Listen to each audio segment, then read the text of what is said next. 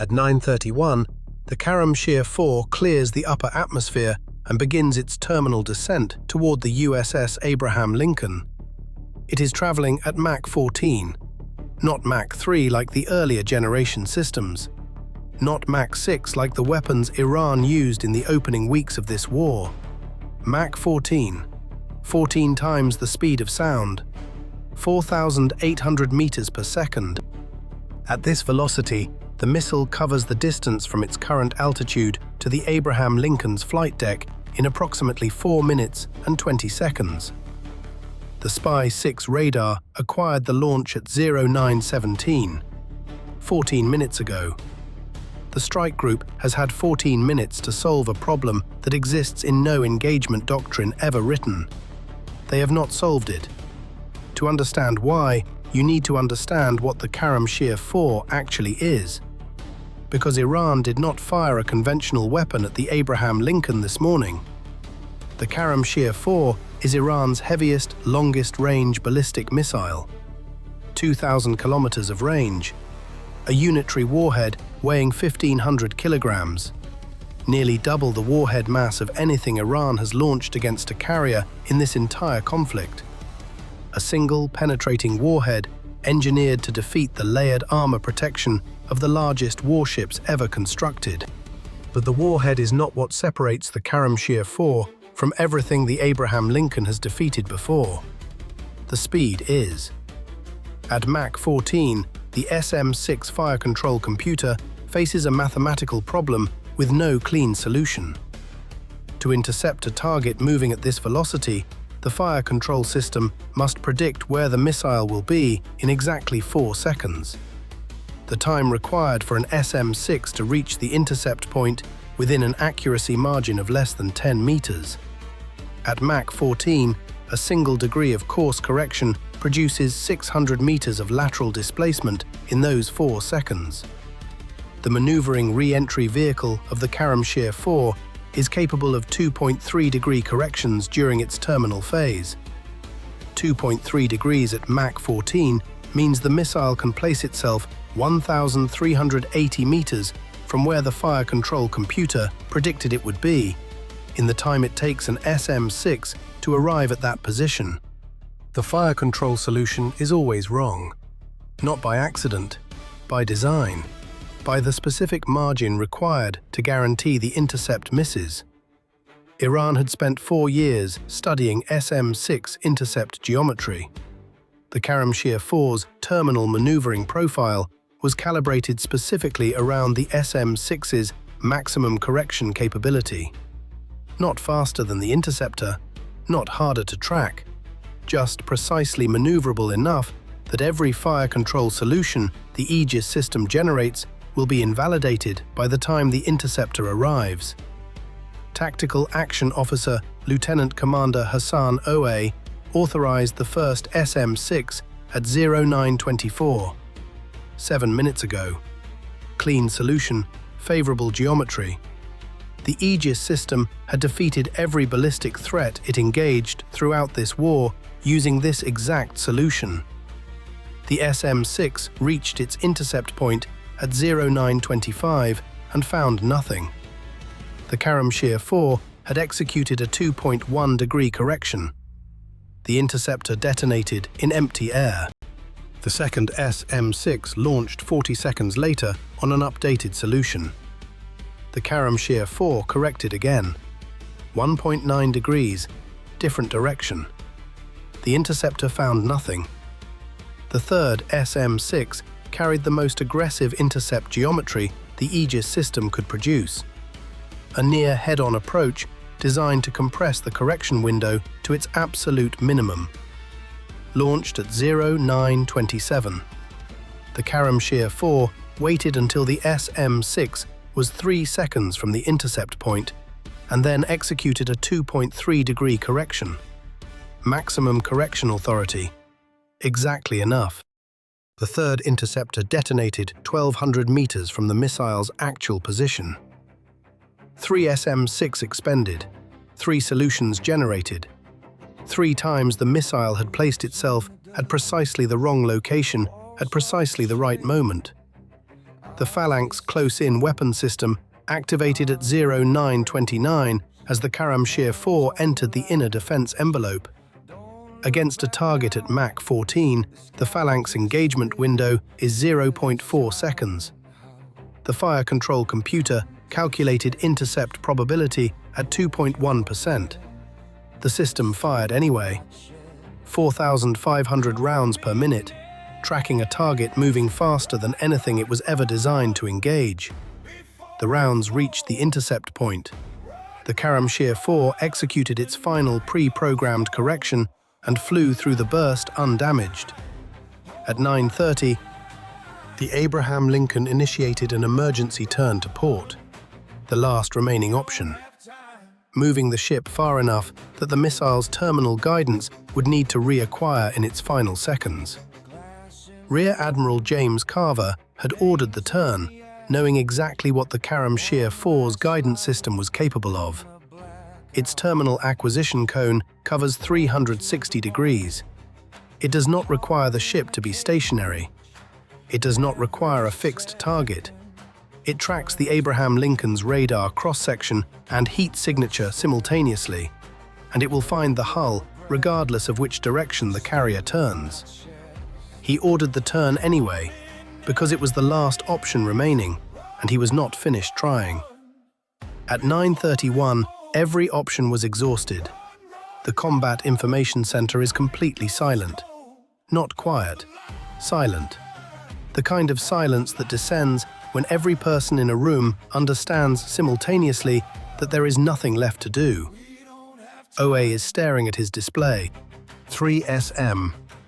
6 expended. Phalanx fired. Emergency turn executing. The Karamshir 4 descending at Mach 14 toward the Abraham Lincoln's flight deck, with 4 minutes and 20 seconds remaining and nothing between it and the hull. 1,500 kilograms of high explosive traveling at 4,800 meters per second toward a flight deck packed with aircraft, fuel lines, weapons systems, and the crew of the most powerful carrier in the world. Rear Admiral Carver is standing at his display on the flag bridge. 33 years in the Navy. Destroyer commands, cruiser commands, carrier strike group commands. He has run this scenario in simulation. He has read every threat assessment produced on this missile. He has known since the first week of this war that the Karamshir 4 existed and that the formation had no reliable answer for it. He looks at the tactical display for 4 seconds. Then he picks up the circuit connecting him to every compartment on the ship simultaneously. All hands brace for impact. In the electronic warfare suite, 2 compartments below the Combat Information Center, Lieutenant Commander Marcus Webb hears the order and does not brace. He keeps typing. Webb is not a weapons officer. He has no authority over the SM-6 batteries, or the Phalanx system, or the emergency turn. His function is electronic emissions, identifying, classifying, and exploiting the signals that flow between an enemy's weapons and the systems that guide them. He has been doing this for 12 years, and he has never been more focused than he has been for the last 4 minutes and 17 seconds. Because 4 minutes and 17 seconds ago, at the moment the Karamshir 4's launch was confirmed, Webb detected something on his passive sensors that the Combat Information Center above him was too occupied to notice. A narrowband data link signal, encrypted, transmitting in 3-second bursts every 14 seconds, originating from the Iranian launcher position and terminating at a receiver embedded in the Karamshir 4's guidance section. A data link, a live connection between the missile and its launch platform, feeding it real-time position updates on the Abraham Lincoln throughout its entire terminal descent. Without that data link, the missile's guidance system is navigating on its last received position fix. It cannot correct. It cannot reacquire. It cannot compensate for the carrier's movement. Webb had identified the frequency at 0927. He had spent 4 minutes and 17 seconds doing something no one had asked him to do, and no one knew he was doing. constructing a spoofed version of that data link signal. A false transmission on the exact encrypted frequency, carrying fabricated position data for the Abraham Lincoln. Formatted to pass every authentication protocol, the Karamshir 4's guidance computer would run against it. He had been building it while 3 SM-6 interceptors missed, while the phalanx fired, while the Admiral ordered the emergency turn. He had been building it while the Combat Information Center exhausted every conventional option available to the strike group. And he had been waiting, not because he planned to wait, but because until every other option was gone, no one was going to listen to an electronic warfare officer telling them to stop defending and start deceiving. Now every other option was gone. He transmits at 0931 on the exact encrypted frequency, a 3-second burst carrying one piece of false information. The Abraham Lincoln's position, 800 meters to the left of where the carrier actually is. The Karamshir 4 receives the updated position data at 0931. Its guidance computer processes the new coordinates, calculates the course correction required to shift its impact point to the reported position, and executes. At Mach 14, with 3 minutes and 40 seconds remaining, 800 meters of lateral displacement is achievable. The missile banks hard, the most violent course correction it has executed across its entire flight profile. Its guidance system is doing exactly what it was engineered to do, responding to real-time position data from its data link, adjusting its terminal approach to ensure the warhead finds the hull that is 800 meters from where the data link just told it to go. In the Combat Information Center, OA watches the Karamshir 4 contact on his tactical display execute a course correction that takes it off the Abraham Lincoln's projected position and onto a new heading of 247 degrees, aimed at open ocean 800 meters off the carrier's port bow. He stares at the display for 3 seconds. The contact is still descending, still moving at Mach 14, still carrying 1,500 kilograms of warhead, but it is no longer aimed at the Abraham Lincoln. At 0934, the Karamshir 4 impacts the Arabian Sea 800 meters off the Abraham Lincoln's port bow. The warhead detonates on water contact. 1,500 kilograms of high explosive detonating in open ocean generates an explosion that the Abraham Lincoln's crew will describe in their after-action reports as unlike anything they have ever witnessed. The water column rises 400 feet above the surface, higher than the carrier's island superstructure. The pressure wave from the detonation travels outward through the water and strikes every hull in the formation simultaneously. The Abraham Lincoln shudders from bow to stern, hard enough to throw crew members off their feet in compartments 500 meters from the impact point. Every unsecured object on the ship moves. The flight deck flexes visibly. The explosion is visible at 40 kilometers. Nothing touches the hull. In the Combat Information Center, no one speaks for approximately 6 seconds. Then Carver picks up the circuit to Webb's position. "Webb, what did you do?" Webb looks at his display. At the data link frequency he identified at 0927. At the spoofed signal, he spent 4 minutes and 17 seconds constructing, while everyone above him was running out of conventional options.